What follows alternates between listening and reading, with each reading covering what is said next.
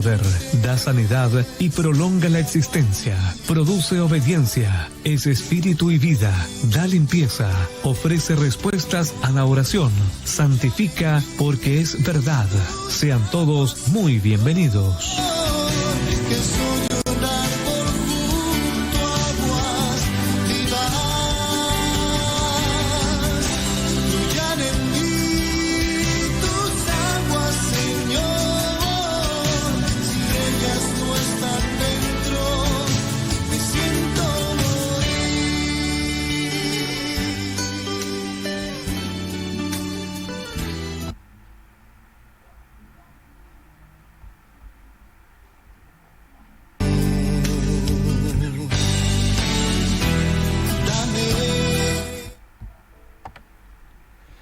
Buenas tardes, hermanos. Les saludo en el amor de nuestro Señor Jesucristo. Ya estamos comenzando ya con su programa El Poder de la Palabra. Amén. Abriendo los cielos, ¿cierto? A través de su escritura, a través de su presencia. Y qué hermoso estar en compañía, ¿cierto?, de las escrituras. Es la que nos edifican, los que nos levantan, ¿cierto? Y vamos a orar, amén, para comenzar, amén. Padre, en el nombre de Jesús, Señor, estamos delante de tu presencia para alabarte, para glorificarte, para exaltar tu nombre, aleluya. En esta hora, Señor, que tu palabra, Señor, que va a ser exaltada, Dios mío, sea glorificada, Padre, con tu presencia, con tu espíritu. Señor, lo disponemos, Señor, y yo en esta hora vengo, Señor, para que tú, Señor, estés hablando por mi vida, Señor, aquellos, Señor, que necesitan de ti, Padre. Gracias, Jesús. Lo creo, Señor, a través de la fe. Amén. Y amén. Amén. Vamos a ir a una alabanza, hermano, y vamos a entrar de lleno a las escrituras. Amén. Mi Padre me ama. Mi Padre me ama tanto que su Hijo dio por mí. Por siempre las gracias le daré. Me ha dado su espíritu y verdad. Bendito mi Señor. A su lado nada temeré. Y cantaré.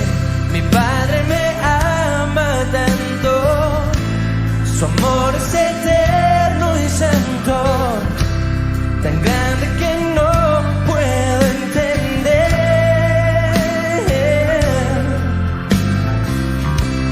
Me viste de ropa fina, me anhela y me dio su vida. Gloria, aleluya, Padre fiel.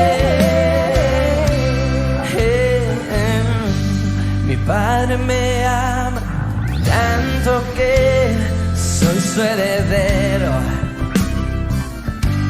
Me ha dado su nombre y su poder. Me viste de gloria y de bondad. Bendito mi Señor. A mi Dios por siempre exaltaré. Y cantaré. Mi Padre me ama tanto. Su amor es eterno y santo, tan grande que no puedo entender.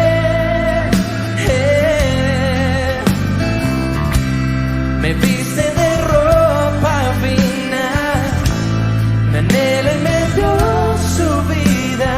Gloria, aleluya, Padre fiel.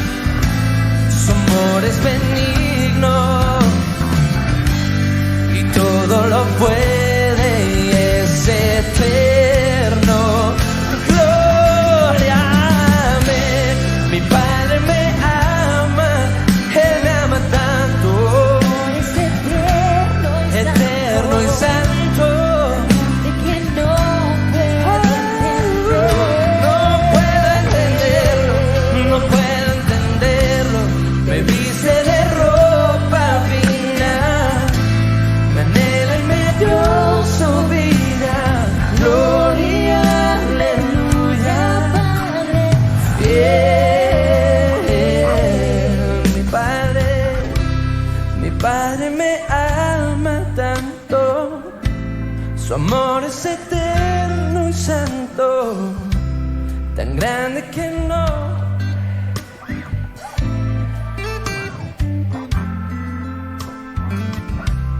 me viste, me anhela y me dio su vida. Aleluya, Padre, Mi Padre me ama tanto que su Hijo dio por mí. Por siempre las gracias le daré.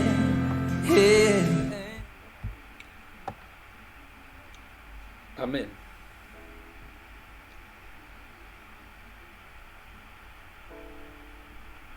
¿Usted cree que el Padre le ama? Amén. Esa tendría que ser nuestra convicción, amén. Vamos a ir a las Escrituras. Bueno, la palabra de esta noche está en el libro de 1 Corintios, capítulo 4, versículo, vamos a leer el versículo 18 al 20. Amén.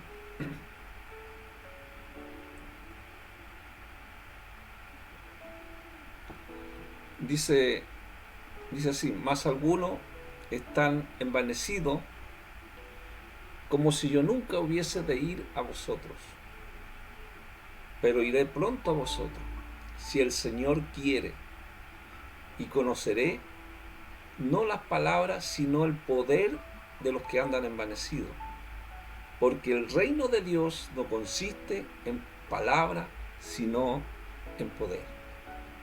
Amén.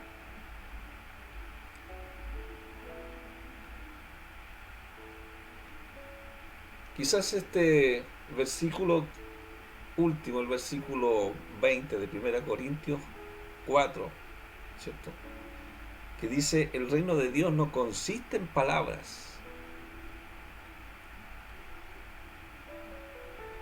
Amados, hay que vivir la palabra del Señor. Pablo dice: porque el reino de Dios no consiste en palabras. No consiste solamente en la letra, sino también en poder. Algunas personas hablan mucho acerca de su fe, pero no van más allá, solo hablan. Es como estos periodistas deportivos, ¿cierto?, que hablan con mucha pasión el fútbol, pero nunca han practicado el fútbol. Entonces, pueden saber las palabras correctas que deben usar, pero su vida no refleja el poder de Dios. Lo que Pablo nos está hablando en este versículo, en estos versículos que hemos leído, dice que el reino de Dios debe ser vivido, no solo discutido. Porque hoy día vemos como el evangelio de Jesucristo es más bien discutido que lo que se vive. Cuando se vive la palabra del Señor, se demuestra a otras personas, ¿cierto?, para poder edificar, para poder construir, edificar, construir, levantar. De eso se trata el evangelio. Hay una gran diferencia entre conocer las palabras correctas y vivirlas. Por eso, hermano, no se contente con tener las respuestas correctas acerca de Cristo. Procure que su vida demuestre que el poder de Dios está trabajando verdaderamente en su vida. La palabra del Señor tiene que ir trabajando en nuestra vida. Una de las cosas que Pablo habla en este capítulo de Corintios, ¿cierto?, de 1 Corintios 4, es para identificar, amados, los problemas de la iglesia, para ofrecer las soluciones y también para enseñar. Para poder enseñar, amado, se tiene que vivir la palabra del Señor. Vivir por Cristo en una ciudad que es corrupta, En la iglesia de Corintio habían hombres que se habían envanecido, dice la Escritura. Se volvieron arrogantes.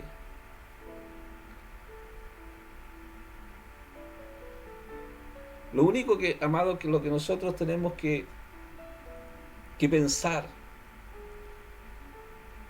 Yo en mi tiempo que conocí al Señor, lo único que el Señor, yo he aprendido que la gracia del Señor se cuida. En la humildad. Es saber aceptar lo que realmente eres.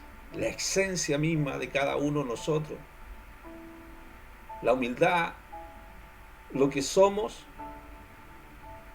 y lo que tenemos es por la gracia de Dios, por la gracia de Jesucristo. Todo lo que tenemos es por la gracia de Jesucristo. Siempre el Señor nos hace recuerdo que tenemos que cuidar esta gracia, cuidarla. Había divisiones, amado, en la iglesia de Corintio, como les decía, de algunos que estaban envanecidos, ¿cierto?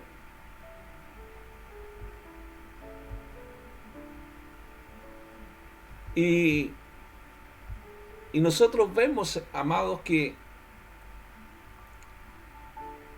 nosotros tenemos que saber que estamos en los últimos días. Los últimos días, dice, en los últimos días vendrán tiempos difíciles. Estamos en los tiempos, en los últimos tiempos, los tiempos difíciles. Porque vendrán hombres que serán envanecidos, o la palabra infatuado. Siempre Pablo, cuando le daba consejo a Timoteo, por eso decía en 2 Corintios 3:1, también debes saber esto, que los postreros días vendrán tiempos peligrosos. Amados, son tiempos peligrosos. Estamos viviendo tiempos peligrosos. Porque vendrán hombres que son traidores. 2 Timoteo 3:4 dice, traidores, impetuosos, infatuados. Esa palabra infatuados es envanecido, lo que le estaba diciendo, arrogante, amadores de los deleites más que de Dios. Aman más los deleites. Por eso estamos en los postreros tiempos, en los últimos tiempos, los tiempos peligrosos. En el tiempo de la gracia, en el tiempo de la gracia al Señor. Estamos, amados, como dice la Escritura, en dolores de parto, en los dolores de parto. Los dolores, sufrimientos, ¿cierto? Sufrimientos en estos eventos mundiales. Eventos mundiales que estamos viendo hoy día. Hombres que se han levantado. Hombres que pueden dejar destrozos, hermano. Son dañinos, son personas envanecidas, que solamente por el único propósito de la soberbia sobre sí mismo, ponen esa soberbia sobre otros. Vemos, amado, en esta masacre, se puede decir, porque no se puede llamar guerra, lo que estamos viendo en estos últimos tiempos, ¿cierto? A Ucrania, vemos como personas son muertas por causa de esta batalla, jóvenes militares de Rusia que son enviados, ¿cierto?, sin saber por qué van a pelear, incluso con sus mismas familias, porque hay gente que son conocidas entre Ucrania y Rusia. Entonces estos hombres son con soberbia, dañinos, caen en la vanidad en sí mismos, como el centro de todas las cosas, para que todos estén pendientes de ellos. Manipulan, son personas manipuladoras. Si nosotros pensamos en los hombres infatuados, tal como se traduce en la Biblia, Debemos ver que estas personas son faltos de razón, sin entendimiento, porque no piensan ni siquiera en Dios. Están llenos de presunción, de vanidad. Y el hombre de hoy es dado muchas veces al autoengaño. Al autoengaño, es engañado. Es engañado por estos hombres que están envanecidos. Hoy día nosotros tenemos legiones de predicadores dedicados a llenar las palabras infladas a las masas. Usan sus propios fines, sus propios intereses. Predican para ellos mismos, o sea, para obtener ganancia de lo que están haciendo. Entonces estamos viendo que hay una generación en estos postreros tiempos, en estos últimos tiempos, una generación tan dependiente de la adulación personal. Y esas personas que se dejan adular son personas que son débiles. Tenemos que pensar, amados, que cuando alguien, si tú predicas y te está golpeando la espalda, tienes que preocuparte. Porque ellos quieren oír lo que solamente quieren oír. No quieren oír la verdad. Porque hay una sociedad envanecida superficialmente. Es una generación infatuada que no se mueve por razones basadas en la verdad. No se mueve por la verdad. Porque están envanecidos. Envanecido, usted sabe que cuando el diablo tentó a Jesús con los reinos de este mundo y la gloria de ellos, en el desierto, cuando Jesucristo estaba en ayuno, en oración,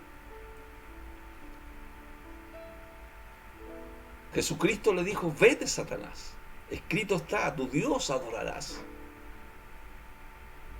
Porque lo que quiere Jesús, que reine en nuestros corazones, Él, su presencia, Él quiere que su presencia es la que reine en nuestras vidas. No la vanidad. El antídoto para vencer la vanidad se llama Jesucristo. Por eso tenemos que cada día proponernos en nuestro corazón, amado, proponernos en nuestro corazón honrar y glorificar a Dios, glorificarlo. Pablo siempre, él decía cuando él fue a Efeso, dice que propuso en su espíritu, propuso en su alma. Cuando uno quiere hacer algo para el Señor, tiene que proponérselo en su corazón. Tiene que proponérselo y vivir la fe, vivir, ¿cierto? Vivir por la fe, vivir por lo que Dios está haciendo en su vida. Pablo decía en el libro de los Hechos 19:21,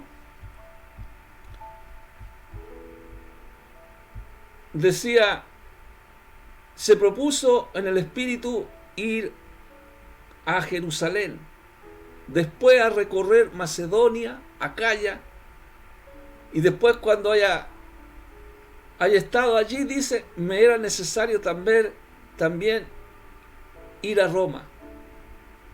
O sea, él se había propuesto en su corazón. ¿Y cuál es el propósito de Pablo? Predicar la palabra del Señor. Se propuso en su espíritu, quiso llevar el mensaje de Cristo. ¿A dónde llevar esta palabra? ¿A dónde estaba la influencia de Roma? La influencia de Roma, ahí quería llevar la palabra del Señor. En la influencia del poder del mundo, predicar del Evangelio de Jesucristo. Se lo propuso en su corazón ir a predicar a ese lugar. Entonces el Evangelio no puede confinarse en un rincón del mundo. Tiene que predicarse en todo lugar, porque esto va a ofrecer esperanza a toda la humanidad.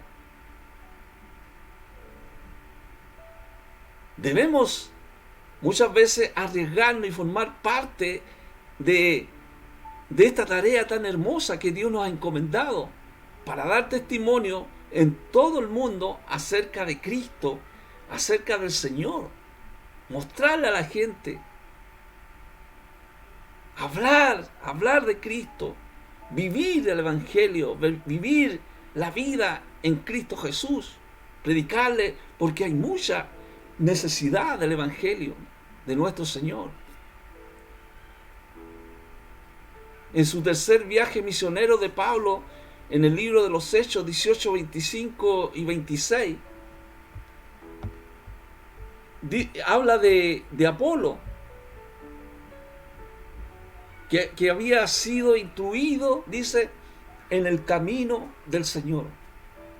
Y era fervoroso en espíritu, hablaba y enseñaba diligentemente lo concerniente al Señor, aunque solamente conocía, dice, el bautismo de Juan. Hablaba con denuedo en la sinagoga, y ahí fue cuando lo oyeron Priscila y Aquila, y le tomaron aparte, le expusieron más exactamente el camino del Señor. O sea, Apolo había sido instruido en el camino del Señor.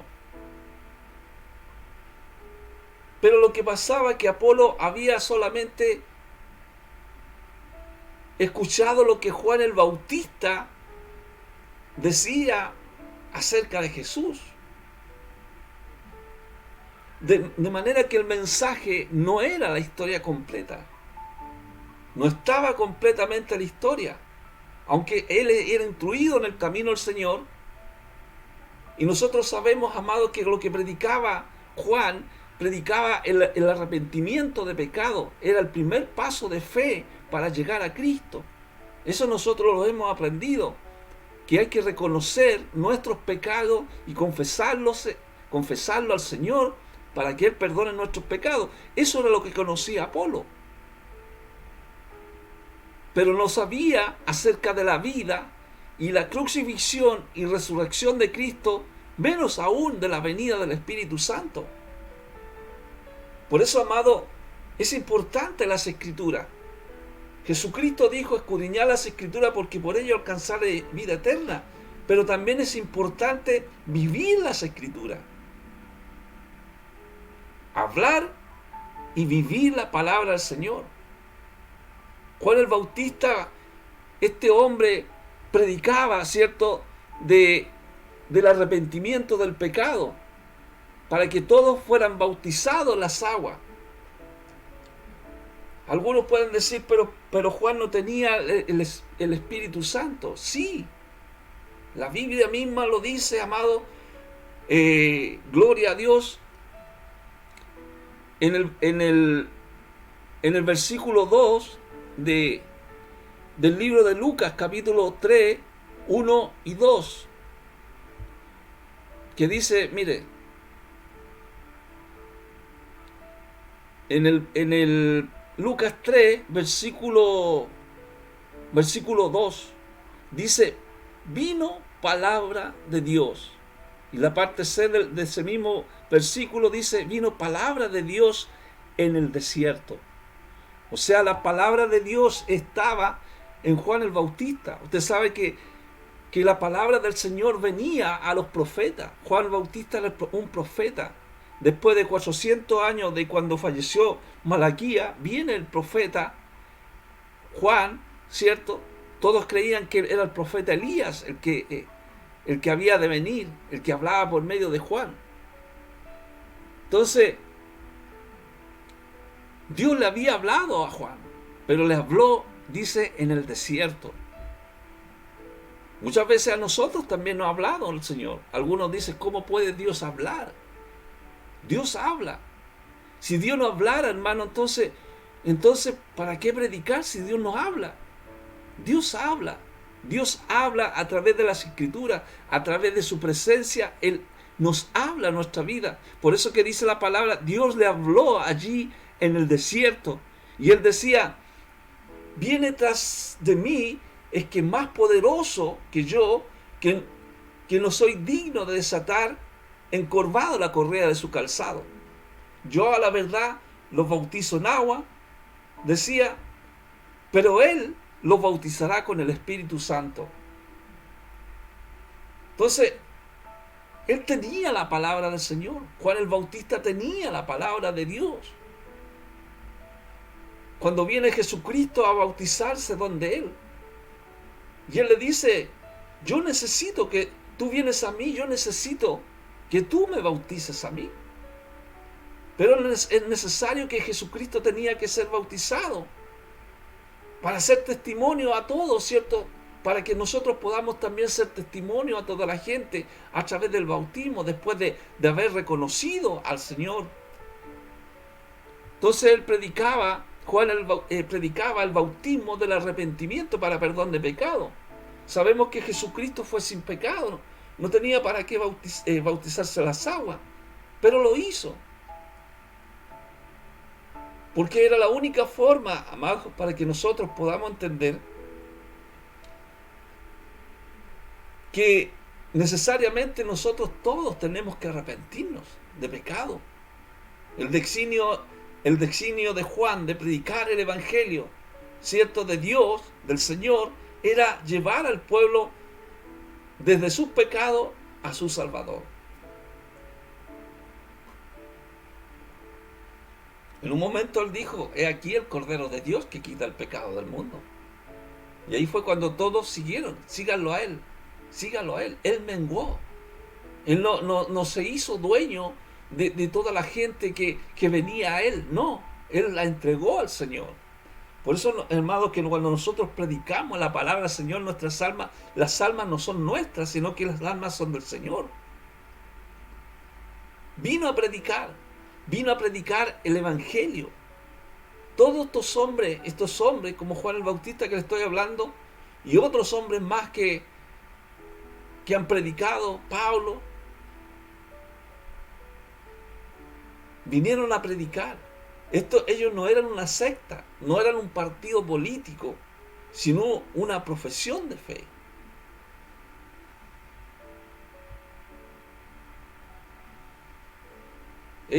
Juan el Bautista hacía la ceremonia que era el lavamiento de las aguas. Entonces, lo que predicó fue la necesidad del arrepentimiento para la remisión de pecado. Porque esto es una señal que es externa, amados. Externa de la purificación interna. Porque primeramente tiene que haber una renovación en el corazón. Una renovación en el corazón para poder ser bautizado en las aguas. Esos son los efectos del arrepentimiento verdadero. Es la profesión del arrepentimiento cuando la persona vive el Evangelio, acepta al Señor, ¿cierto? Y se bautiza en las aguas. Por eso, Juan cuando hablaba de esta palabra dice, y verá toda carne la salvación de Dios. Entonces cuando nosotros, amados, aceptamos a nuestro Señor como nuestro Salvador personal, somos parte del remanente que verá el rostro de Dios.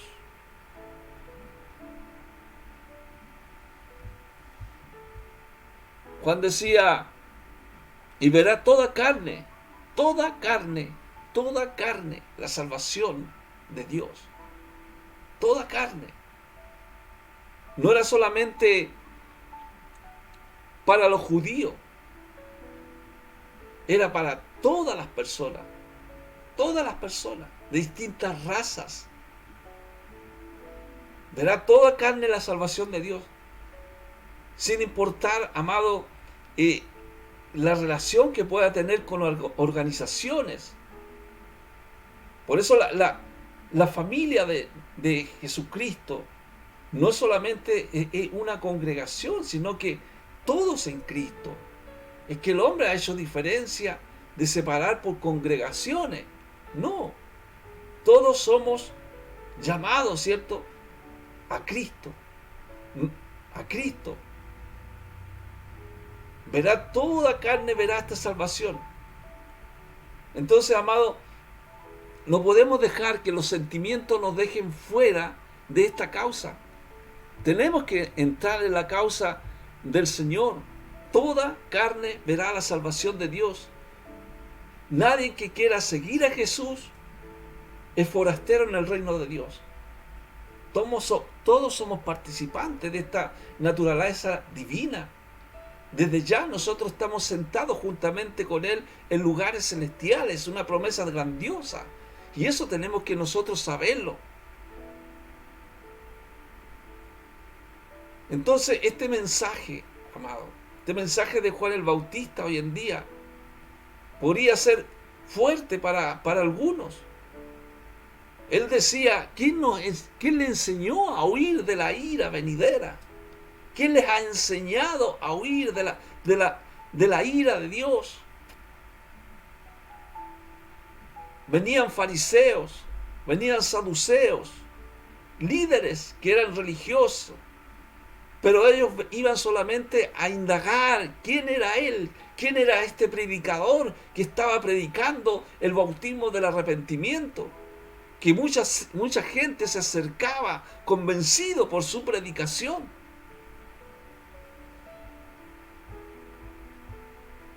Pero sus palabras eran fuertes. Cuando ellos venían, multitudes que salían para ser bautizadas por Él. Pero le hablaba a esta gente religiosa que solamente iban para indagar quién era, no para ser salvo a través del arrepentimiento.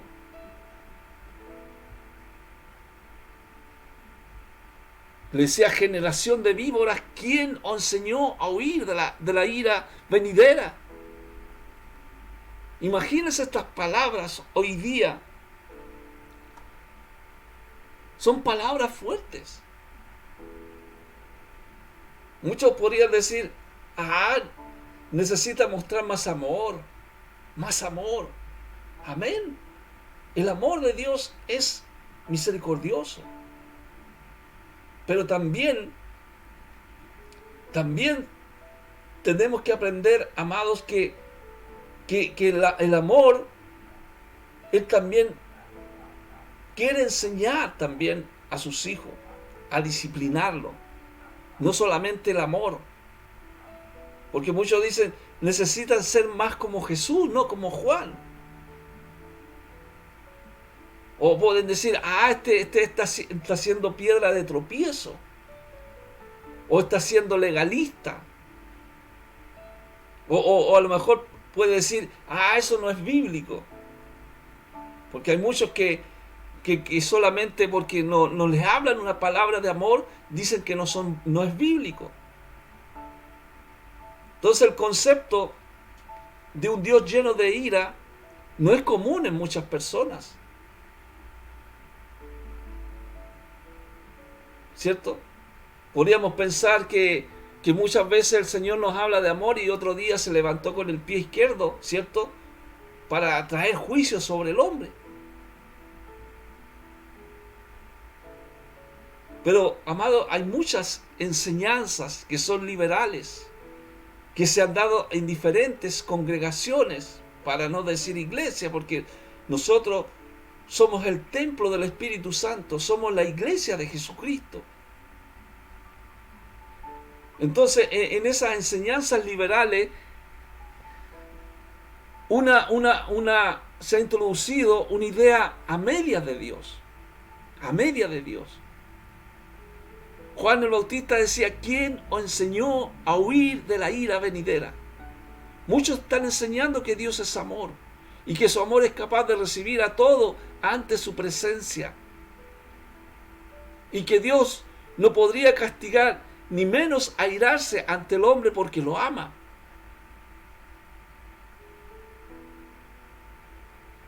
Sí, es verdad, lo ama. Lo ama, pero el hombre tiene que arrepentirse. Tiene que haber un arrepentimiento. Un arrepentimiento. Entonces, amado, Pablo hablaba, ¿cierto?, a los romanos, cuando les hablaba del pecado. Estaban en pecado ellos, les decía, ustedes tienen que convertirse, arrepentirse de sus pecados. En Romanos 1:18 decía, porque la ira de Dios se revela desde el cielo contra toda impiedad e injusticia de los hombres que detienen con injusticia la verdad.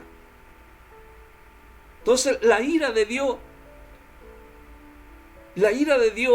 se dará también en el juicio del gran trono blanco al final del milenio, donde dice, en donde Dios juzgará y condenará al hombre no arrepentido, aquellos que están en contra de la justicia de Dios y la verdad.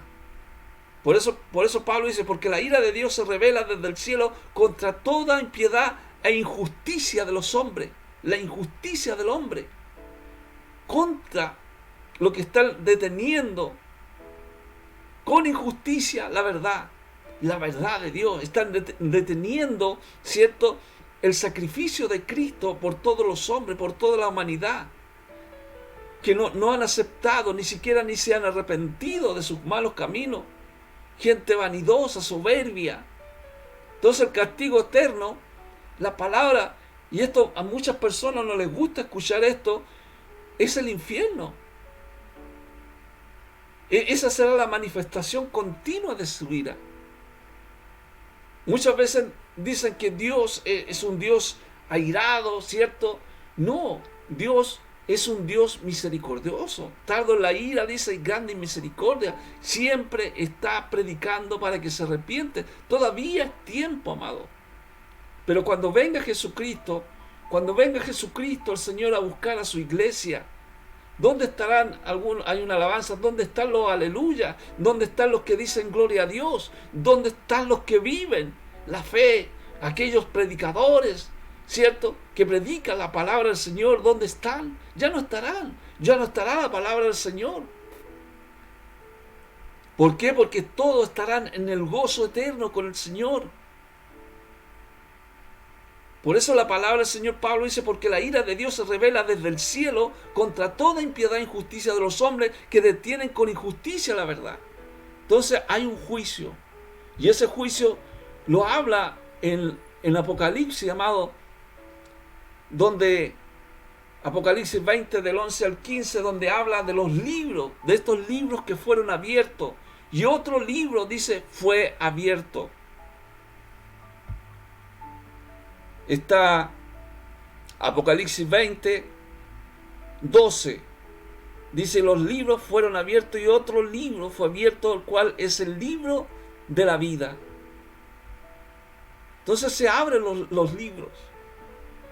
Los libros fueron abiertos y otro libro fue abierto, el libro de la vida. Aquí vemos, amado, que el juicio de Dios. Y en ello dice, están registradas todas las obras de cada uno, buenas y malas. Sabemos que la salvación es por fe. Pero la fe también nos lleva a las obras. La fe sin obra es muerta. Pero ¿por qué? ¿Por qué el juicio por las obras? Porque estas personas nunca reconocieron a Jesucristo. Nunca reconocieron a Cristo como su Salvador personal. Ellos tendrán un juicio por sus obras de cada uno, sean buenas o sean malas. Pero ya el hecho de no recibir al Espíritu Santo, de no recibir a Cristo en su vida, ya son condenados. Algunos dirán, pero ¿por qué Dios los va a resucitar, ¿cierto?, para condenarlos? No, porque, amado, Él siempre, su misericordia es grande. Es grande, para que nadie diga que Dios no es misericordioso. Mira, les voy a leer este Apocalipsis 20. Dice, y vi un gran trono blanco al que está sentado en él, y delante del cual huyeron la tierra y el cielo, y ningún lugar se encontró para ellos. Vi a los muertos grandes y pequeños de pie ante Dios. Y los libros fueron abiertos, y estos otros libros fueron abiertos, el cual es el libro de la vida. fueron juzgados los muertos por las cosas que estaban escritas en los libros según sus obras. Y el mar entregó los muertos que había en él, y la muerte y el Hades entregaron los muertos que había en ellos, y fueron juzgados cada uno según sus obras. Y la muerte y el Hades fueron lanzados al lago de fuego, y esta es la muerte segunda. Y el que no se halló inscrito en el libro de la vida, fue lanzado al lago de fuego. Entonces, se van a abrir estos libros.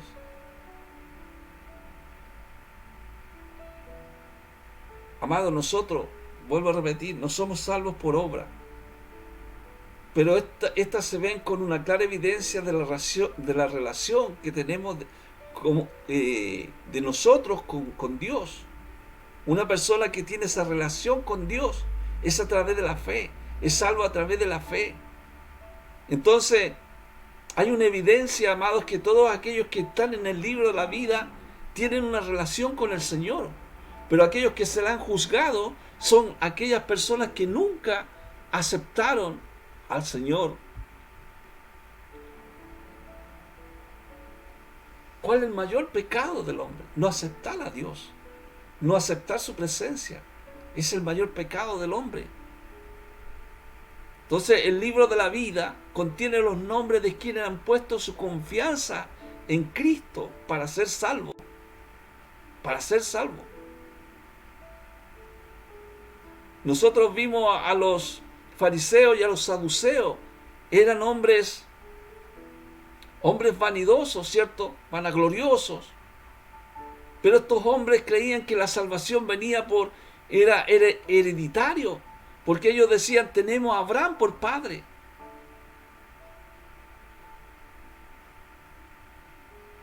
Pero lo que dijo Juan dijo, pero yo digo que Dios puede levantar hijos de Abraham aún de estas piedras.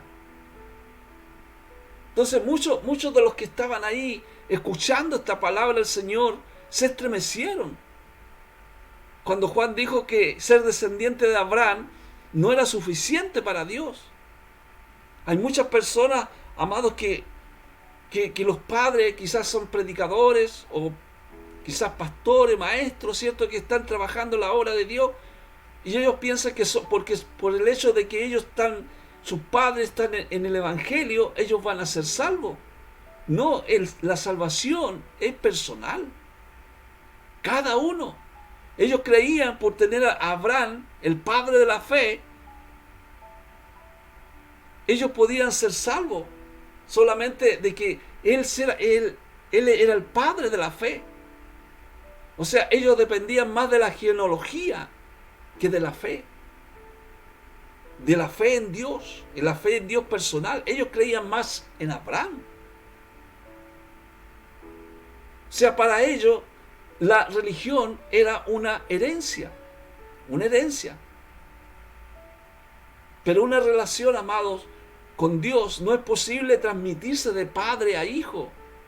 Cada uno la debe hallar solo. Cada uno debe hallar a Cristo solo. Buscar a Dios. No confiar en nadie más que en su salvación. Cada uno tiene que buscar a Dios. Amados, ellos tenían a Abraham por padre, como dice la Escritura. Cuando el ministerio se vuelve herencia familiar, se llama nepotismo en la congregación. Y esto sucede muchas veces en el mundo de la política, que empiezan a atraer a familias, ¿cierto? Y lo ponen en la política en diferentes cargos. Y este es un acto corrupto en la sociedad, ¿cierto? En la política. El nepotismo. O sea, ellos prefieren el favoritismo de la familia, de los parientes, para otorgarle un cargo de gobierno, aunque no sepa nada del cargo que está, pero lo colocan igual. Pero tristemente, esto también se da en el pueblo de Dios. Porque los padres una persona que es pastor le lega, ¿cierto? Y quizás a lo mejor puede llevarlo a un teológico y por 3 años que está estudiando y lo hacen pastor. Usted sabe que esto hay que vivirlo, el ministerio hay que vivirlo, vivir. Esto no se trata solamente de letra, de estudiar y saber quién es Cristo, sino que vivir el Evangelio, vivir el ministerio, vivirlo. Nosotros vemos esto tristemente en el rey Saúl, y es un ejemplo de esto del nepotismo.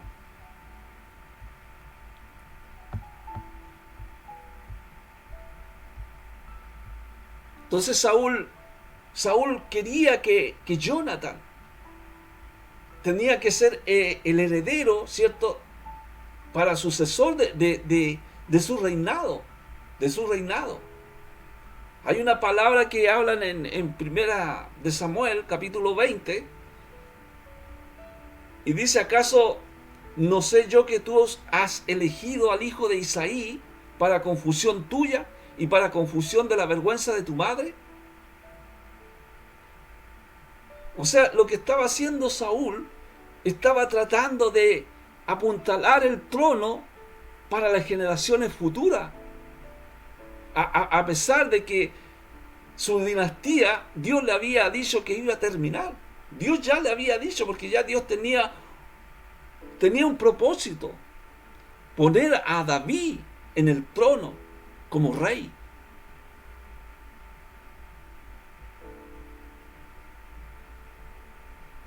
Lo que estaba haciendo Saúl, lo estaba haciendo por medios humanos. O sea, no estaba viviendo lo que Dios le estaba diciendo. Ya que sabía que no obtendría la ayuda por parte de Dios, él lo empezó a hacer por los medios humanos. Igual Jonathan pudo haber hecho alguna movida para llegar a ser rey, tratando de quizás de matar a David, pero dejó pasar esta oportunidad debido a su amor por Dios y por David, porque ellos eran amigos. Entonces vemos estamos viendo, amado, este nepotismo que se da muchas veces. Entonces, por medio del profeta Samuel, le dice a Saúl, le dice: locamente has hecho.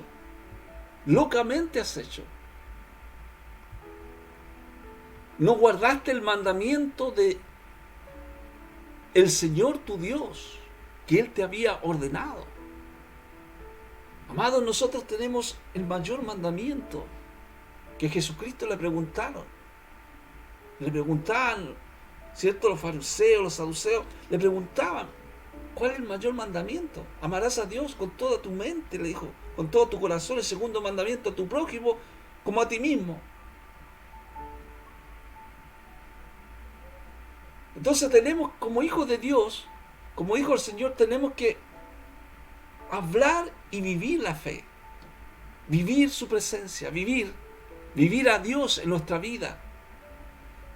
Que Saúl tenía miles de excusas para desobedecer, pero Samuel dio en el blanco, en el verdadero asunto. Le dijo: no guardaste el mandamiento del Señor tu Dios. A menudo, amados, nosotros damos excusas por nuestros pecados, por nuestros errores, tratando de justificarnos y espiritualizar nuestras acciones debido a nuestras circunstancias especiales. Pero es que no hemos guardado el mandamiento muchas veces. Es ahí cuando viene la presencia de Dios y nos contriñe nuestra vida cuando cometemos el error. Porque locamente no hemos guardado el mandamiento, el del mandamiento del Señor de amar a Dios. Hemos puesto otras cosas. Cuando nosotros ponemos excusa, es que somos desobedientes al Señor, en sus mandamientos, en sus preceptos. Y Dios conoce nuestros verdaderos motivos. Él perdona. Él restaura, Él nos bendice solo cuando nosotros somos sinceros acerca de nuestros pecados. Nosotros no podemos esconder, ¿cierto?, nuestros pecados porque Él los descubre. El tratar, amado, de esconder los pecados detrás de las excusas, Saúl perdió su reinado. Perdió su reinado. Por eso la Biblia dice, haced pues frutos dignos de arrepentimiento, que nos arrepintamos de verdad. Haced frutos dignos de arrepentimiento, les predicaba Juan. La confesión de pecado, un cambio de vida, son inseparables. La fe sin obra es muerta. Fruto digno de arrepentimiento.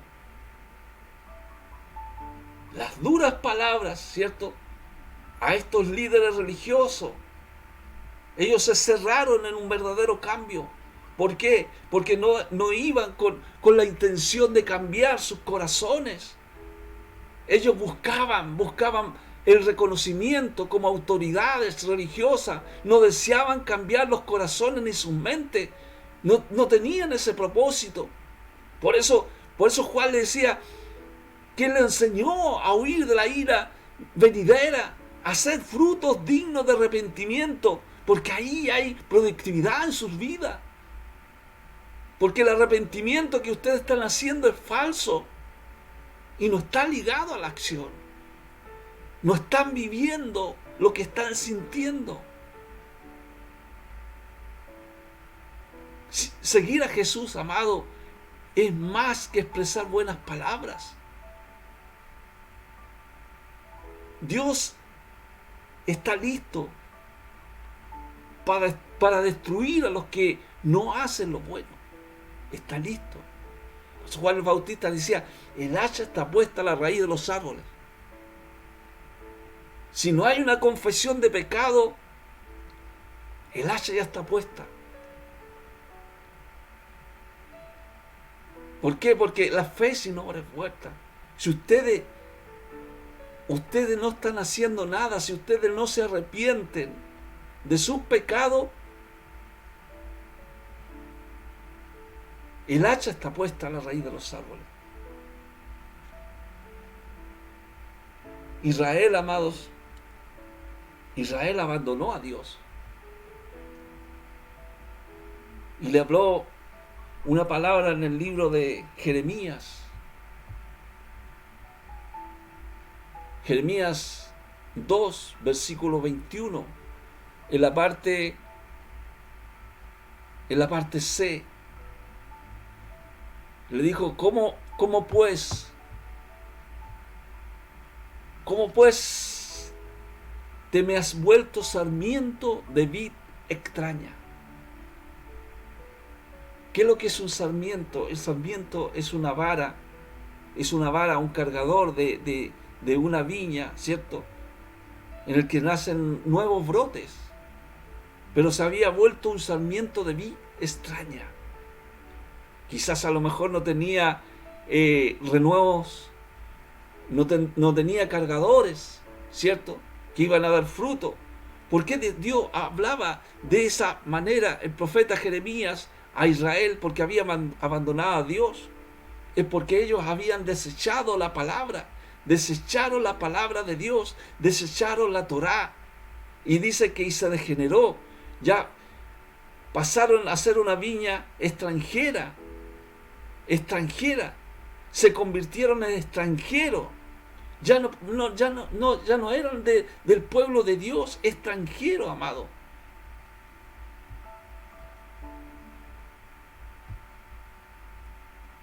Se convirtieron como los gentiles de los últimos tiempos, como gentiles.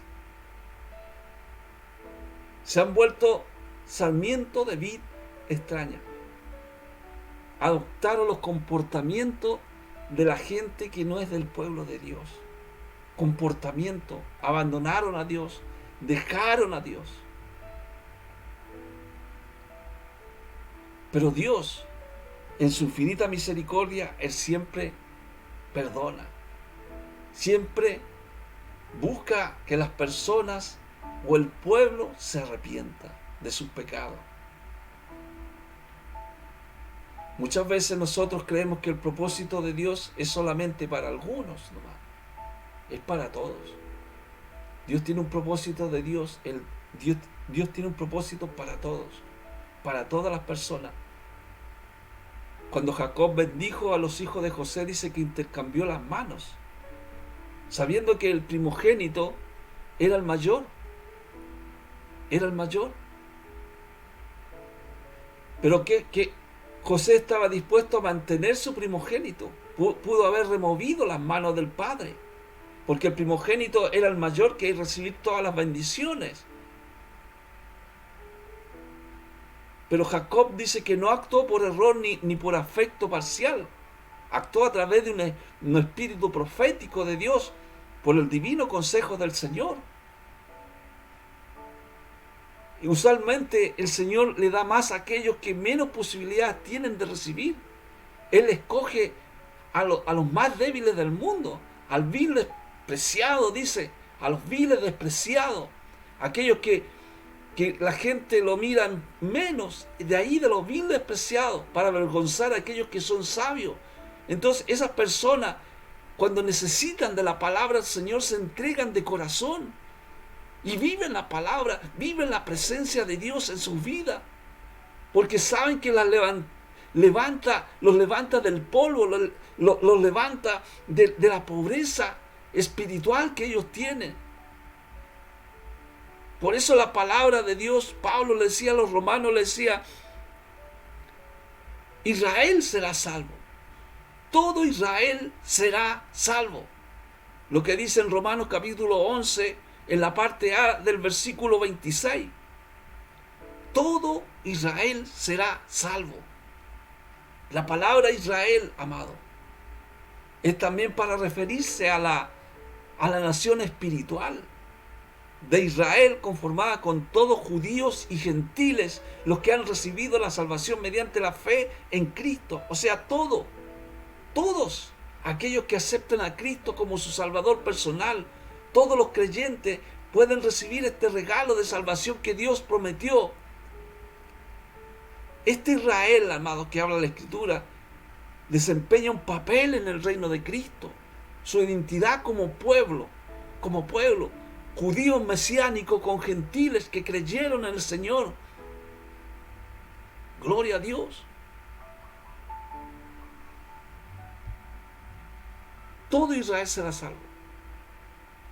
Dios eligió a la nación de Israel, pero también escogió a la iglesia mediante Jesucristo.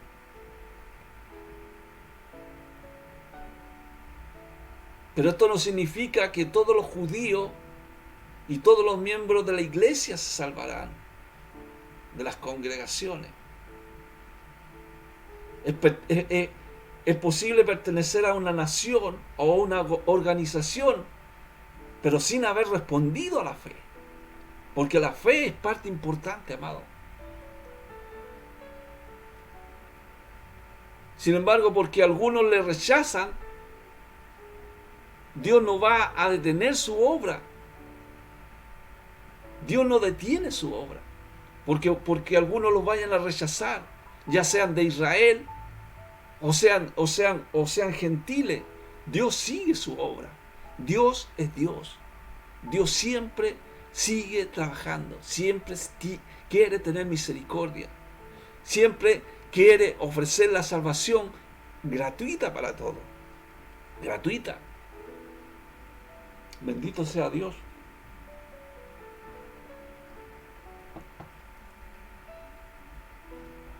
Entonces vemos, amado, que la mancha del pecado es más profunda que la piel. Gloria a Dios.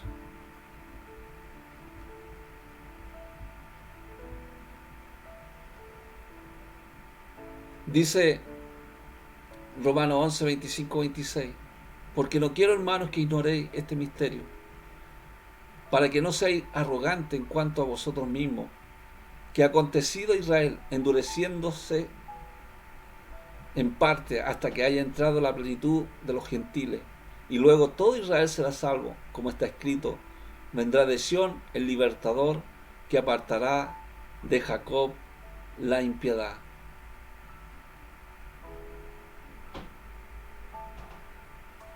Entonces, amado, el pueblo de Israel se había vuelto un sarmiento de vid extraña.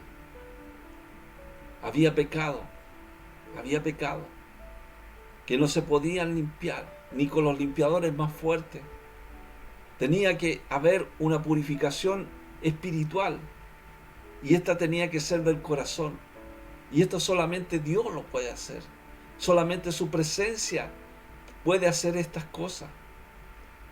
Porque Israel había abandonado a Dios. Estaba como Ana en el monte, acostumbrada al desierto. Jeremías lo compara con los animales que buscan pareja en tiempos de celos. Con desenfreno corren hacia el poder, hacia el dinero, hacia las alianzas con potencia extranjera, a otros dioses. Dice, como Ana acostumbrada al desierto. Busca los ídolos. Los ídolos no los busca nadie. Los ídolos no andan buscando a nadie. Son el hombre que anda buscando ídolos.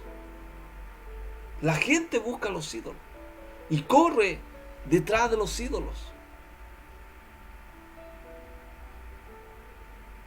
Jeremías 7:31-32 dice: y han edificado en los lugares altos de Tofé. Los lugares altos, los altares de Tofé, significa ardiendo o inmundicia, en donde se botaban escombros y basura en esa ciudad.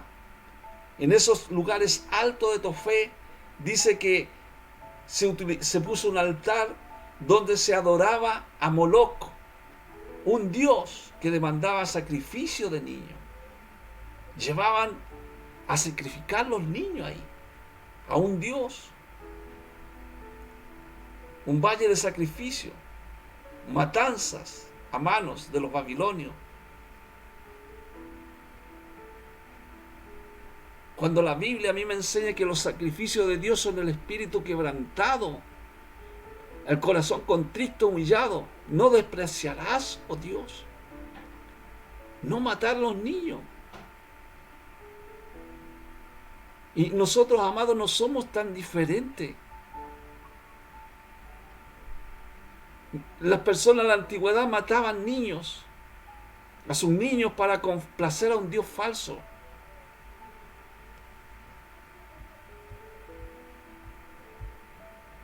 Y en la actualidad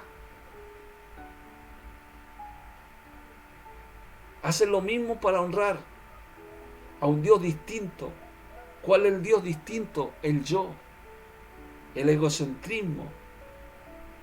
El egocentrismo, ese es su Dios. Y esta, amado, es una afirmación cruda, porque se ponen ellos por delante en todas las cosas, no ponen a Dios. Es el egocentrismo. No hay una identidad, no tienen identidad en Cristo Jesús, no hay identidad en Cristo. Se ponen el yo, no le importa absolutamente nada lo que le pueda suceder a otras personas. Y esta es la verdad. Los nacidos son sacrificados cuando interfieren los placeres personales, esas ideologías que hay hoy en día, cuando dicen, este es mi cuerpo, ¿cierto? Hablan de su cuerpo, pero no mira lo que está en el vientre. Amados, vemos un tiempo de maldad. Interfieren los placeres personales, dioses de la conveniencia. Por eso cuando Juan el Bautista predicaba de este bautismo del arrepentimiento, ¿qué haremos? ¿Qué haremos? Era la pregunta que hacían todos, que le hacían pregunta en Lucas capítulo 3, versículo 11. Y él les decía, el que tiene 2 túnicas, dé el que no tiene, y el que tiene El que tiene que comer, haga lo mismo. Ellos decían, ¿qué haremos? Compartan con los que tienen necesidad. Cualquiera que sea tu trabajo, hágalo bien, con imparcialidad. Conténtese con su salario. Hizo un llamamiento para que la gente viviera con justicia. O sea, los cobradores de impuestos eran conocidos por su deshonestidad, eran deshonestos. Los romanos reunían dinero para su gobierno explotando los privilegios de la recaudación. Y después, cuando escuchaban el mensaje de Juan, le decía, ¿qué haremos? Arrepiéntanse, cambien de verdad sus caminos, cambien de verdad sus caminos. Un arrepentimiento genuino mueve el corazón de Dios a la misericordia. Y esta noche, amados, tiene la oportunidad de reconocer a Dios para que usted pueda hablar y vivir de la fe, hablar del Señor. Vamos a buscar la presencia del Señor. Padre, en el nombre de Jesús, te damos gracias, Señor, por esta palabra. En esta hora, Señor, te pido, Señor, que tú, Señor, a través de tu presencia, empieces, Señor, a abrir los corazones de mis hermanos, de aquellos que te están escuchando, y que puedan recibirte como su Señor, como su Salvador, Jesús. Señor, ayúdalos, inscríbelos en el libro de la vida, para la gloria de tu nombre, Señor. Aquellos que están enfermos, sánalos, Señor, a través de tu presencia, a través de tu sangre preciosa. Declaramos tu palabra, Señor, sobre ellos, sobre sus vidas, sobre los problemas que puedan estar viviendo, Padre. Yo te doy gracias, Espíritu Santo, porque sé, Señor, que tú obras, Señor, a través de tu presencia, Jesús. Amén y amén. Amén, amados hermanos. Damos gracias al Señor por haber estado, ¿cierto?, con ustedes, y esperando, ¿cierto?, de que Dios pueda seguir obrando en cada uno de nosotros. Amén. Dios los bendiga grandemente. Mañana nos estamos viendo. Amén. Si Dios quiere, a las 21 horas. Amén. Dios les bendiga grandemente. Amén y amén. Gracias, Jesús.